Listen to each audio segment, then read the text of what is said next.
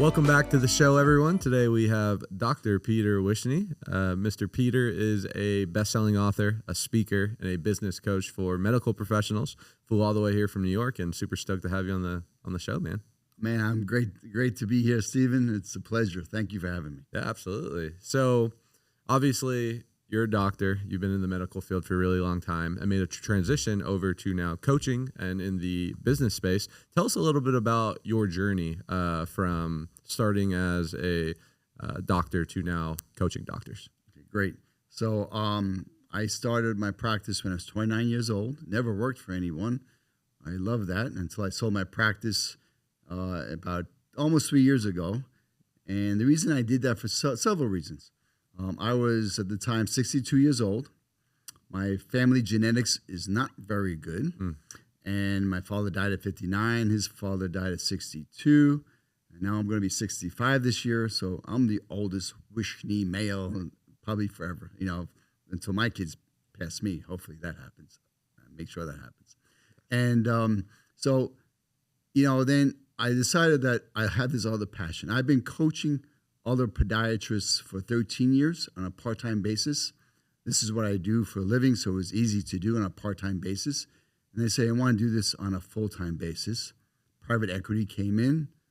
I got several offers. I got an amazing offer, and I took it. Sold the practice, worked for about another year and a half in the practice. And I will tell you, I'm so glad I worked for myself for 32 years before I had to work for this company. But now I love it. I love what I do. I have another passion, helping other healthcare professionals do what I've been doing and getting them to have a better lifestyle, to be better, I wouldn't say better doctors, but run their businesses better, better CEOs, have a better mindset of running a practice, so they actually have more time and money. Yeah, I love it. It's so interesting because growing up, what I was taught was in order to be successful, you need to be a doctor, a lawyer, a surgeon, a professional. And I don't know exactly what attracted you to the medical field. Maybe it was just saving people. I'm sure finances and financial independence had a little something to do with it. So you achieve that of what a lot of people consider being successful in the modern day. And you do that for a really long time. You have a sale. What was that transition like? Why did you decide to start your own practice versus work for someone else? Because I think a lot of people, I know a lot of doctors, a lot of dentists that choose the other route that you took. Do you think it's fear? Do you think it's just not having a risk tolerance? Why do you think more people choose the employee route versus the entrepreneurial route? Security. That's why people do it. They have a job and you get a paycheck. And people who are sort of entrepreneurial, they get the advice I got from my uncle who said, be an apprentice, learn from other people, and then you could go out on your own, learn from their mistakes. And it's true, but once you're in a situation and you're getting a paycheck, it's hard to leave that. Then I'm 29, just got married about a year prior to that, and then going to have a family. And when that starts, that's really risky, being a little bit older, having a family, depending on your salary, and now you're opening a business. And people do it, but it's a lot easier to start off that way. Plus, I will tell you what my ex-wife told me. One of the greatest advices. I had a job offer to practice in Rhode Island. I'm born and raised in New York City. I live in New York City now.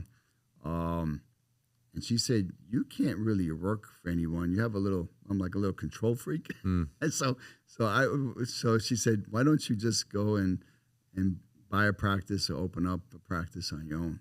So she gave me the little push to do that. And then having her backing helped a lot, at the initial stages. Yeah, no, it's a good point. I'm very grateful. I started my entrepreneurial journey when I was younger too. I was 22 years old.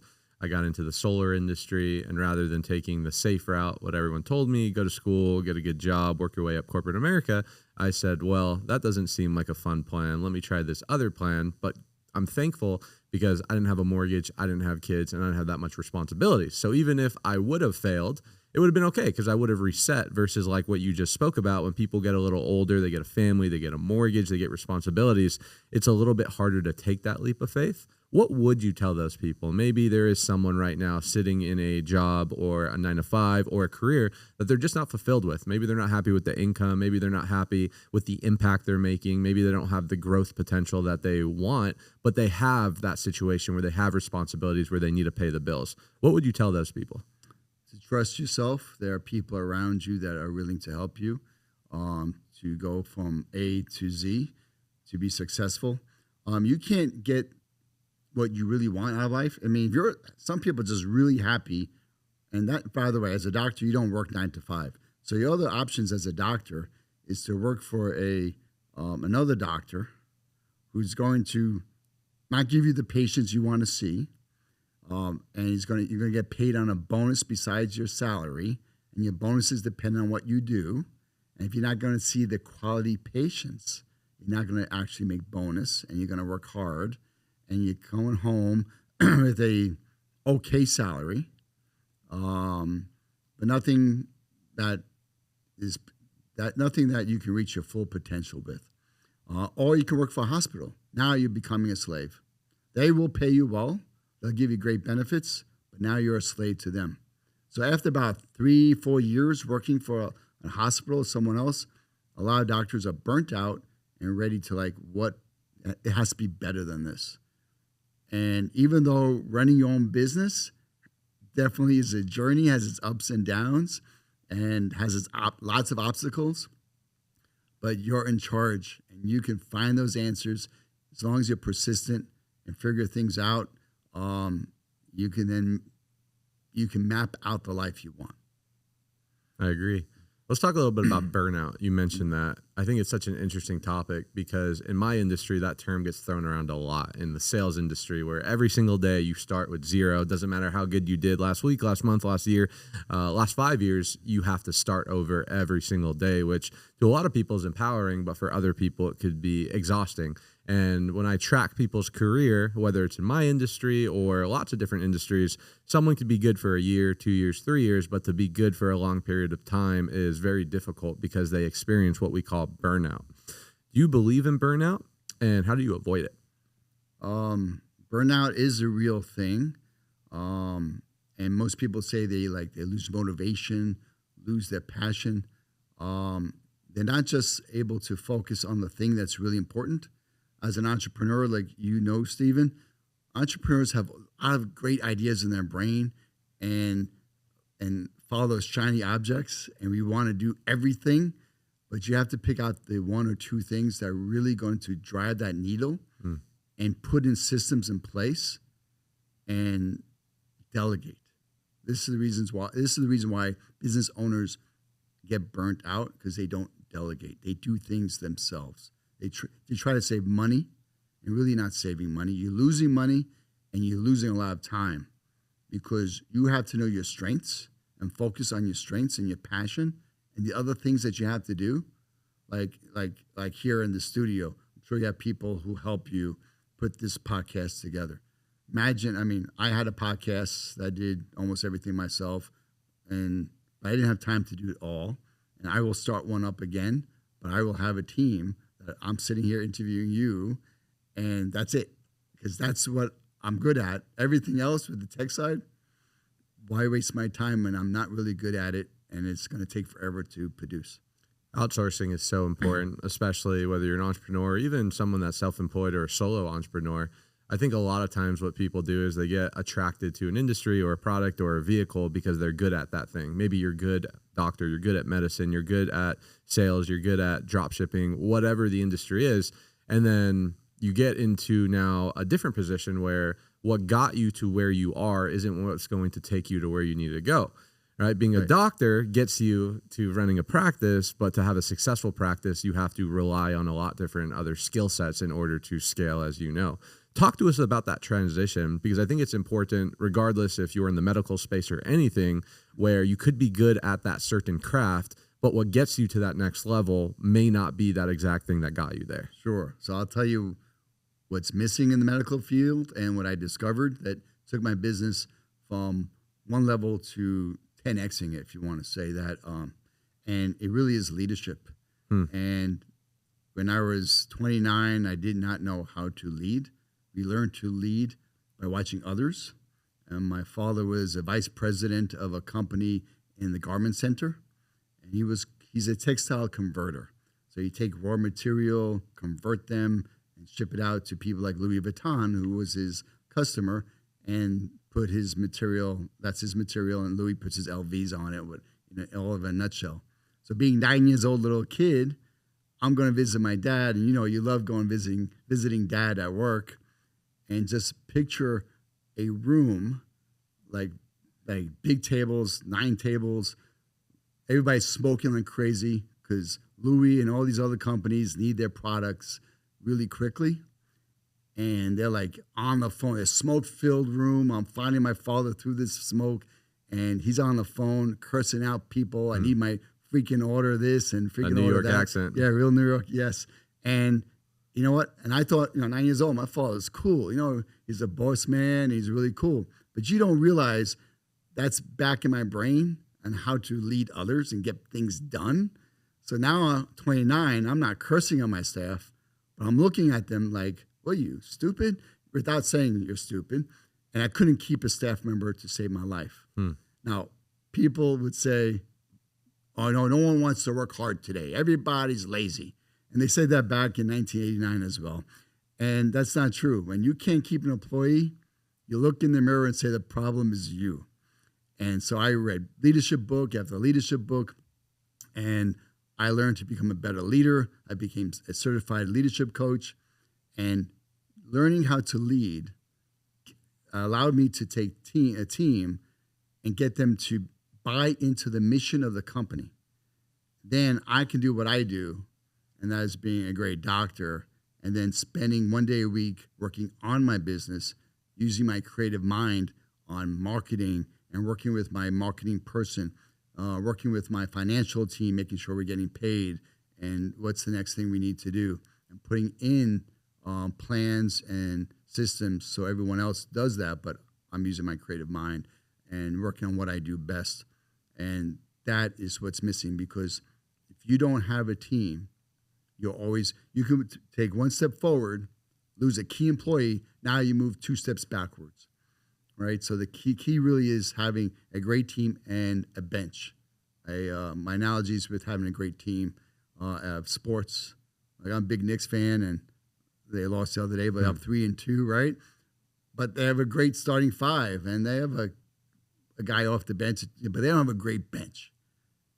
And so this starting team gets burnt out. It's the same thing. You need to have 1 or 2 key team members on your bench. Yeah, leadership's so important. And it's interesting what you said when it comes to how you were raised determines how you operate as you get older. It's good self-awareness to have, hey, I continue to lose these employees. It's not because I'm hiring bad employees. It's because of this thing that I learned that I was not taught when you grew up with how your dad ran his business. How much do you feel like, Peter, as we grow up in life, whether it's in business or in our relationships, the patterns and ways we show up are influenced and affected from our childhood? Oh, absolutely. We're born a blank slate, right? So everything we learn is from, my parents did a great job, and I think I did a great job as a parent, but we all still messed up. And we're passing down our messes to our children, who now have to retrain themselves, and then hopefully they don't pass that down to the next generation. But absolutely, from as a doctor, from our parents, from our residency director, our teachers, everything, all our mentors, we learn from them. And because they are successful, and we want to emulate them. Yeah. And leadership, it's funny because in my sales industry, we talk about leadership all the time. So hearing it from your perspective, from the medical practice, is interesting. And like you said, if you want to go fast, go alone. But if you want to go far, go together. You need a team of people in order to go do big things. There's only so many hours in a day that you can go out there and trade. So you need leverage. You need people. In your experience, by doing this for decades now, are good people found, or are good people trained?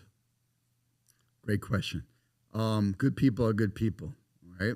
Um, and we in my coaching group, people say that the millennials are like they don't work as hard as we do, and that's baloney.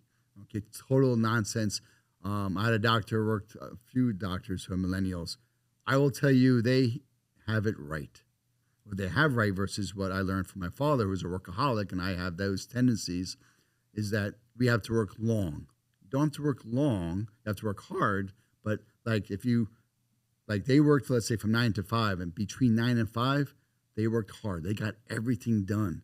No, they didn't mess around or play around, because what's really important to them is time after the 5 o'clock.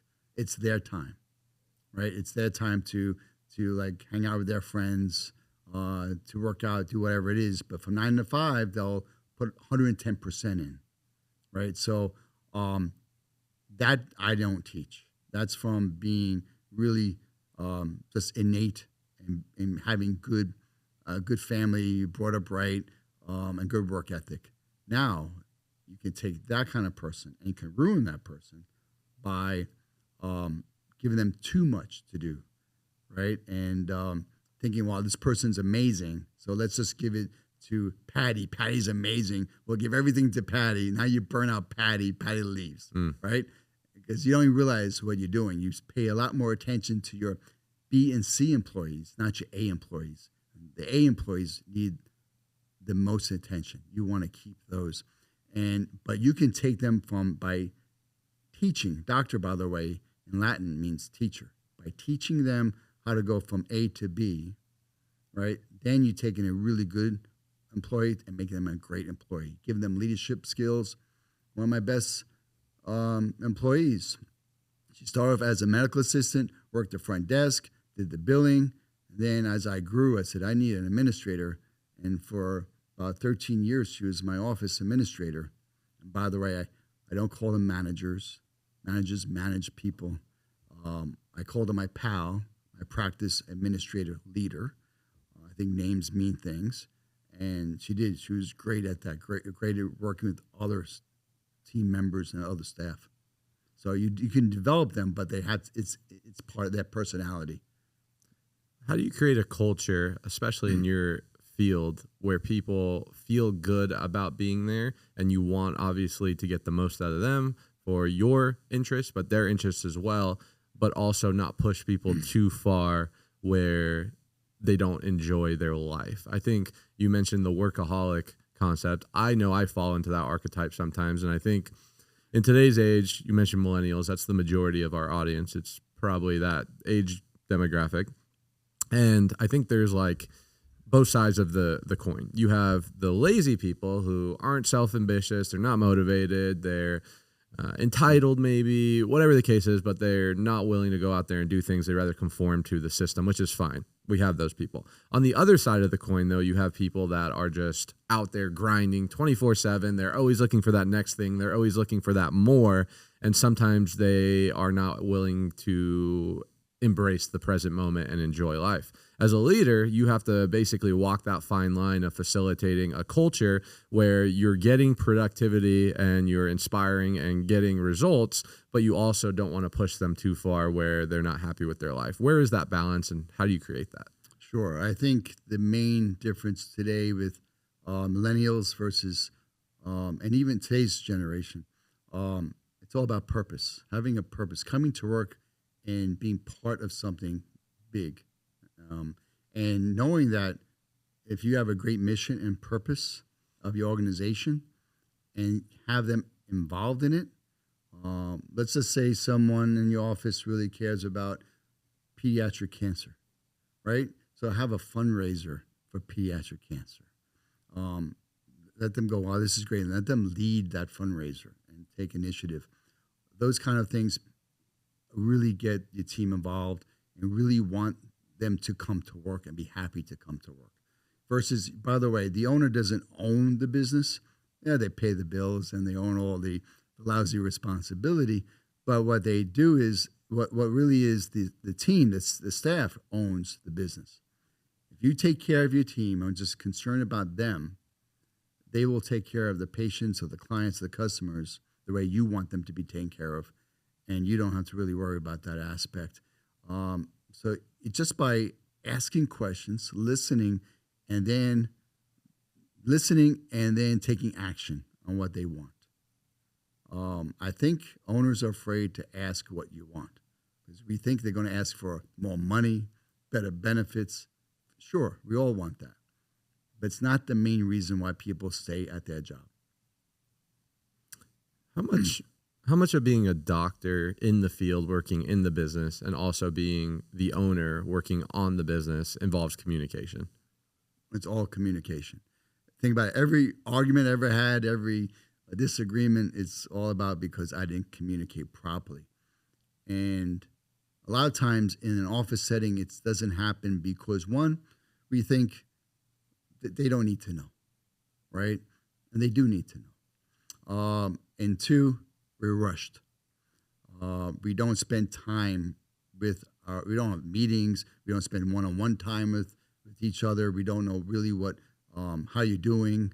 I think it was Simon Sinek said, do you know the name of the spouse of your best employee, of your employees, right? Do you really know them? How many children do they have, right? Do you really care about them? And so that really is really important. So I just like, the main thing is just take care of your team. People don't care what you know till they know that you care. True. Absolutely. Love that saying. Absolutely. When it comes to risk, obviously, as an entrepreneur, risk is something that is really important. There's a lot of definitions of risk. Some people say risk is just not knowing what you're doing. But in anything worthwhile in life, there's going to be some chance, there's some risk involved. How do you approach risk differently today than when you started earlier in your career? Great question. Risk is necessary to go from good to great. And it's not really gigantic risks. It is buying a piece of equipment, getting another staff member, getting a bigger office. Those things have risk, and if it doesn't work out, it costs you money, especially if you sign long-term leases and things like that, right? But you can't become great without taking that risk. So today, I'm 65. I've taken a risk in the sense that I love I love being a podiatrist. I love helping my patients. I love my team. I love coming to work every day. I love telling my stupid jokes. My fiance Jamie said, the only reason they laugh at your jokes is because you pay them. But now I'm not paying anyone, so no one's laughing at my jokes. And so I loved all of that. But I had another passion, another mission, and I still have to make money doing it. So I still have to grind and do what it's necessary. And this is a totally, online marketing, digital marketing is a totally different business than everything else. I still have my organization board divided into the 7 key departments, but it's different how it works. So I take different risks now, but I still have these goals and dreams on my vision board, and it requires to spend money sometimes that maybe other people wouldn't spend money on. You mentioned the vision board. I really like that concept of as touching the dream, physically visualizing what you want and actually putting it on paper. My mentor told me early in my career, he said, Stephen, every great thing happens 3 times, once in the mind, then on paper, and then in reality. How much of visualization and positive thinking, and as much as it gets a bad rep now because everyone's talking about it, there is some realness to it in the real world with businesses. How much of that world has played an impact in your success? Huge. If you look at my family, it's very funny. My sister and I go over this. I have one side of my family totally negative. Their cousins, I don't even want to see them. They probably don't. Hopefully, don't listen to this podcast. Okay, and because I can't hang around negative people, and there's a lot of negativity in life, especially more with the internet and everything. So every morning I have my affirmations. There's an app called Think Up. I record my affirmations to music. I have a brain tap whole headset. Nice. Never heard of that, right? So, and it's just huge. But I write down my 3 key goals every morning, and I read them every morning, and almost every night, but definitely every morning. And what it does is it programs your subconscious mind to look for these situations that get you closer to your goals, right? And I actually do a lot of this in my coaching. If you need to make more money, what are the 20% of activities that you do that bring in 80% of your income? Now write down how many of these kind of treatments you want to see per day, and then I have a scorecard. Okay, I need 3 patients to come in for laser therapy. So every time they come in, you're not providing treatment when they don't need it, but when they say key words, the subconscious mind goes, my laser therapy can help this problem. Versus not putting these goals down in your affirmations, you might miss those key words. So it's really important. You could go on and list many, many people from Steve Harvey, Jack Nicholson, using Jack Nicklaus, visualization techniques, Bill Gates, all of them, all the people making killer money use these techniques. I agree. I think the subconscious mind is so important. And if you learn how to operate it, or at least learn how to create rituals, routines, and systems in your life in order to support what you want versus what you don't want. Because at the end of the day, we're programming our mind one way or another every single day, every single second. It's either being programmed towards going where we want to go or programmed towards where we don't want to go. And the more wins that you can put into where you want to go versus where you don't want to go, which takes awareness. It takes taking a step back and focusing on yourself and not so much on the business. It takes discipline, just like any muscle, you need to use it. But it's crazy. That's really where magic starts happening in your life. Yeah, it's truly amazing. You know that whole Stephen Harvey story? With the check? That's not Adam. Is it not Adam Sandler? Dumb and Dumber. Jim Carrey. Carrey. That's his check writing. His check for $10,000? Yeah, no, it's something like that. $10 million. $10 million. Of course. Yeah. I don't know the Harvey one. Yeah. So make a long story short, he definitely tells it a lot better than I do. He was a little boy, and gets in front of the class. And the teacher's asking everyone in the class, what do you want to do when you grow up? Everybody says, doctor, lawyer, what have you. And Steve Harvey says, I want to be on TV. Now, he's, a black kid, and there weren't a lot of black people on TV, having their own TV show kind of thing. And the teacher got upset, said, what makes you think you could be on TV? So she sends a note that's pinned to his coat. Says, give this to your mother. In a nutshell, she read it, said, why can't you just say doctor and lawyer? Why did you get the teacher upset? Wait till your father gets home. Dad gets home, has his dinner. After dessert, mom tells Stephen, tell dad what happened at school today. He did. And dad said to him, go to your room. So dad goes up to the room to meet Steve and says, take out an index card. Write down, I want to be on TV, or I'm going to be on TV. Read that every morning and every night. And then Steve Harvey says, not only am I on TV, I'm on TV 5 nights a week. So that was just amazing that his father understood that power of visualization and affirmations. It's powerful, especially reading stuff like that in the present tense. Right. I think our dialogue a lot of times, our self-talk is, I want this, I'm going to be this. It's always future.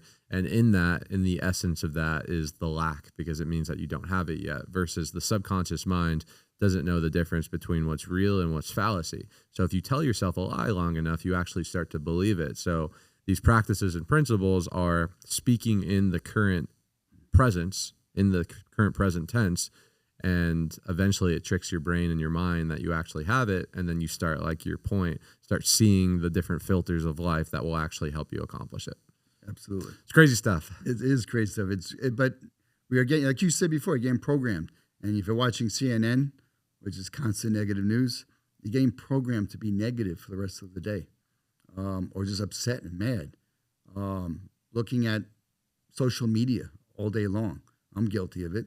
But it gets you into FOMO and, inferior, being, feeling inferior compared to your peers. All of that because you're just getting information that's not programming what you possibly can achieve. Yeah, it's a good point. What do you think of social media? Obviously, the way I like looking at it, it's kind of like a hammer. You can use it to build. You can also use it to destroy. You having most of your professional career and living most of your life before smartphone and iPhones and social media, and now diving deep into it at the stage of your life that you're in, what is your relationship with social media, and what do you think people need to know about it? I think you should just focus on what you want to do. Be real, get on it, tell everybody what you do, how you can help other people, and just teach other people how to do things that you're really good at, and don't worry about anyone else. And it's hard because at the same time you want to know what other people are doing, so you can be different. So then you can go viral because you're different. But I think from what I learned about all this stuff, just do your stuff, send it out there, and don't worry about anything else out there. Yeah, social media is an interesting one because I agree. You want to be a producer, not a consumer. You want to focus on you, posting your content, getting your message out of the world, and do your best not to consume and conflude your mind with all the comparison and all the stimulus out there. But it's tough because it's almost kind of like an alcoholic stocking liquor bottles. All right, you're around it all the time. You're touching the product. Right. You're trying not to consume it yourself. But willpower is only so much, without us. So I'm big on social media fast, especially a lot of my business is built on social media. I'm trying to put out content. I'm trying to create a brand. I'm trying to attract and recruit like-minded people. So I justify myself being on there because it's moving my business forward. But if I'm being honest with myself, a lot of time it's doing what you just said. It's comparison, it's distracting, it's filling my psyche and my subconscious mind with all the other things that people are doing with their life versus me being quiet and allowing my mind to be blank to let the downloads come on. Right. I like your analogy of the alcoholic. It's like an alcoholic working in a wine store. Yeah, it's tough. Peter, let's talk a little bit about systems. I know you're a big advocate of systems. Obviously, you've scaled a massive business and then had an exit, which I want to talk about. But talk to us about systems. How important have they been? And what are some things that you feel like implemented that have helped transform your business and your life? Systems are huge. I'm just reading a book now called Scalable. You know that one? Ryan Dice, I think you pronounce his name properly. Nope. And it's all about having systems. You hire someone, how do you train them? If you don't train them, they do it their way. This is Mary. She worked at this other doctor's office for 20 years. She knows what to do. Here's your phone. Here's your desk. And she answers the phone the first day, doctor's office. Do you want her to answer the phone that way? Versus like, welcome to Family Foot and Ankle Specialist. How may I help you? My name is Mary.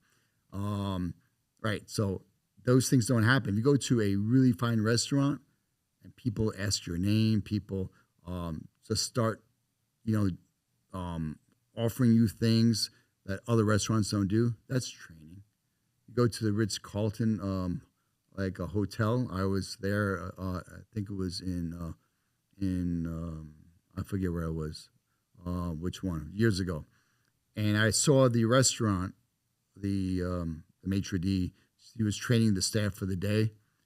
And he says, okay, Mrs. Jones is going to have a dinner at 6 o'clock. She's allergic to shellfish. And this is how they know these things. This is why they're the Ritz-Carlton, right? Versus, no one not having that kind of rapport with your clients.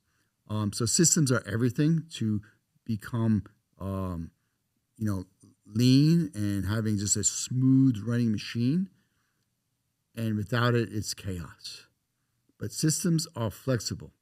They have to be flexible. Things change. When you reach a certain level in your business, like you just said before, the systems that got you there won't get you to the next level. So you have to put in new systems. So then who puts in these new systems? The person in charge of that department, okay, who's now teaching other people in that department how to do things and what the systems are and how to train them on the systems. When there are new systems, they just go in and change the systems. And it can't be, it's like people put it on the computer on a file. They put it in a book, which goes on a shelf. No, this is something that you train and you retrain. I learned this from Disney. Disney trains and retrains every employee like every 30 days. That's how they stay consistent. And so you have to put in time to have training time so the system's always there. Without systems, people will do things what they feel is best, but not necessarily what's best for the company, but they think is best at the moment for them. Yeah, you're also not going to get the same product if everyone's doing what they're doing and no one's following the same McDonald's cookie cutter. This is what you do, how you do it, so you're able to scale around the world. Right. 2 pickles, not 3. Three dollops of ketchup. Everything's the same. It's for cost efficiency. It's for speed. It's for the product that the people want, and it doesn't change. You know, you ever heard like when you go to a restaurant, they must have a different chef today. It's not the same, right? So that should never happen. Yeah. People love consistency. Yes. Let's talk a little bit about the acquisition of your practice. So, you spent most of your life building this practice, this healthcare practice, and then obviously sold it to private equity. Was the intent always to build to sell, or did it just happen? And what did you think? Let me rephrase this. How did you think the acquisition would feel, and was that the original purpose of building the business? Okay. So when someone opens up a business today, you always build it to sell. It might be 30, 40 years from now, but you build it to sell. Now, back in 1989, that was not my thought process. But as years went by, it was to grow it, to have associates and other doctors who would buy into the practice. Because private equity was not even a thing in the medical field at the time. So the only way you can get out of your practice is to really die in it, just walk away and close the doors, or sell it to another young doctor. Okay, but as the problem is, as the practice gets bigger and bigger, it's worth more. Right? I had 5 associates, and together they didn't want to go to the bank and take out a loan to buy it. They were very happy being associates. But then private equity was around, and got a couple offers, and that was a couple years before I sold it. And I said, no, I could probably do better.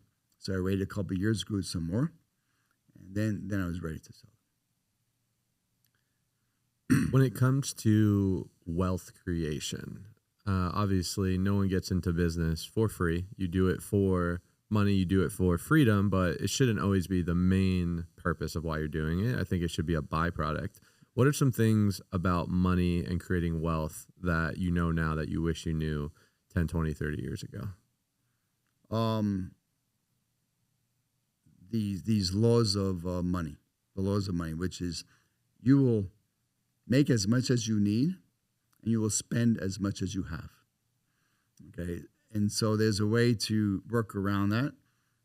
And this is what I teach. Let's say your practice needs $100,000, okay, a month to pay the bills. Let's say it's just an even number, $100,000 to pay the bills. That includes your salary and everybody else's salaries and what have you. But now you want more money yourself. So now you tell your you just put down a miscellaneous part on your budget, and for $200,000. So now you need for another let's say another $20,000 is what I'm trying to say. So now you need $120,000. Now you work your plan based on $120,000, meaning how many patients do you need to see, how many clients you need to see, okay? What's their revenue per visit, okay? Revenue per client. So you figure all that out, and then you know what your marketing plan needs to be to get that number. And then the first thing you do is you pay yourself and put the money that you say that you need into a separate account that you don't touch. And like I said, you will make as much as you need. So now you'll start making money based on the money in your operating account that you need to pay the bills. But now you have this extra account that's going to give you the extra money, right? And so I wish I knew that from day one, because it's so true. And people have to understand that you will make as much as you need, because you will work towards making sure you pay your bills, right? But then people say, I want more. Well, now you have to put a different marketing plan in, a different business plan in. What skills or principles do you feel like translated from your decades of running a successful practice to now online coaching and now being in the digital space? Say it again. I'm not sure I got the question. Sure. What principles or skills or mindset do you feel like has transferred from your decades running the actual business, the physical business, to now being in the digital space of coaching? It's the same mindset. It's that mindset is that every year I set up my vision board, my affirmations. We talked about my goals really, and then a plan how to achieve all that. It's just the plan is different. The mindset is the same, and what I'm going to work on. So again, I picked the top 2 or 3 things I need to work on every single day. Knowing if I'm consistent, I'll get the job done and get closer to my goals. 100%. I think in most cases, the actual day-to-day is a little different, but the principles are very similar. They translate. That's how someone is able to be successful in multiple different industries and verticals, because you bring yourself wherever you go. Right. If you're not very effective in this space, chances are you're probably not going to be very effective in all these other spaces, because it's not so much about the space or the industry or the environment. It's more about the individual and what they bring to the table. Correct. Absolutely. I want to end a little bit on leadership, because I think leadership is super, super important in anything that you do. When it comes to now being a coach to other people that are looking to walk a similar path as you walked, what are some things or some patterns or some consistencies that you see in your coaching clients that are either consistent with getting to the goal or the objective versus those that end up not hitting the targets? Sure. One thing, and I think everybody's listening to this heard of this. Not sure if they're doing it consistently, but measuring your KPIs on a consistent basis. And for me, it was, since I learned how to do it, and I hired a coach when I was 29, I never missed a week of not getting my KPIs on it, not just on a chart, but on a linear graph. And not you doing all the KPIs. Okay, so for us in the medical field, it's your charges, your collections, your new patients, your visits are the key ones, your per visit revenue, whatever. So every week I have a linear graph and seeing the trend. Having a linear graph, I can immediately look at it in 2 seconds, see a line go up, a line go down, and then we have to analyze it. But one graph doesn't tell you the story. We need all the KPIs. Now, each person, this is how you get, talking about leadership, this is how you get people involved into your business. The front desk person and every person in that office has a purpose. Every person in your company has a purpose. And what is the purpose? And that is, for the front desk person, is to make sure your appointment book is full with productive patients who come in, have a problem, need to be treated, not just post-ops, follow-ups, like there's no charge visits, right? So it's full with productive patients. She also makes sure the patients keep their appointments, or he, and collect all the monies due at the time of service. Those are 3 purposes, all measurable with KPIs, who then she is responsible for that. So every week on Friday at 1 o'clock, she sends me 3 graphs, okay, which I set it up for her. which now I just taught something with AI, and I can do it a lot faster for you. And that is, the number of patients we saw this week, the percentage of kept appointments, the amount of money collected at the time of service. And then she's sitting there. She knows, she's answering the phone. She knows why these patients didn't come in. So at a meeting, she will say, this is why this number went up, why it went down. She writes up a weekly action plan, how to keep those numbers moving in the proper trend. And now since she wrote up the weekly action plan, she's more likely to follow through that plan versus me telling her what to do. And all I had to do is like, I think that's great. Let's run with it. Or like, what about this? What about that? Did you think about this? And every person in that office, different positions, but they all have their KPIs. Now they're taking a leadership role and they are being accountable for that position. Empowerment and delegation. Right. And I think a lot of new leaders have a myth that people don't want responsibility. I think the other way, people want responsibility. They want ownership. They want to feel like they own something in the piece of the collective vision and mission of the team. And you'd be surprised in most cases how good of a job they will do. If you give them a little responsibility, a little empowerment, they'll really run with it. Absolutely. And you were asking about like what they just don't do it consistently. I one of my clients, I was coaching him for 6 months. And then at the end of coaching, there's no accountability. Stopped doing his numbers, and found out that his office manager was embezzling money from the company. Which, if he just saw the numbers, why we are producing but not collecting, okay, he would have figured that out. So it really, you can't run a business without knowing this. Absolutely. Peter, it's been amazing, man. Thank you so much. My last question for you, I like asking people this one. So knowing what you know today, 65 years old, decades and decades, successful practice, sold, and now into the digital world. If you could go back in time to your early 20s when you first started your practice, first cutting your teeth in the medical and entrepreneurial world, what advice would the Peter today tell the Peter back 30 years ago? Sure, I would, when I say take business courses, I mean, not your typical MBA, Harvard business courses. I would have a coach immediately from day one. I would just say, like, what do I need to do? Okay. And what is my marketing plan going to look like to get the patients through the door? How do I go from them walking through the door to keeping these patients? Because I couldn't do that initially either. And getting them to refer other people. And you can't run a business on your own. You know, when you're younger, you just like, I have all the energy. I'm going to just spend all night figuring these things out. It costs you a lot of money. Be in a mastermind of people who have done it before, okay, and help them out, okay, and then they'll help you out, but just don't do this alone. Well said. Where can people get connected with you? Maybe they're in the medical space or just want to learn more about what you're doing in your content. Sure. You just go to Dr. Wishnie, my name, at gmail.com, or my Instagram is coach_Peter Wishnie. Love it. Guys, thanks so much for tuning into the episode. We'll see you guys on the next one next week. Thanks so much.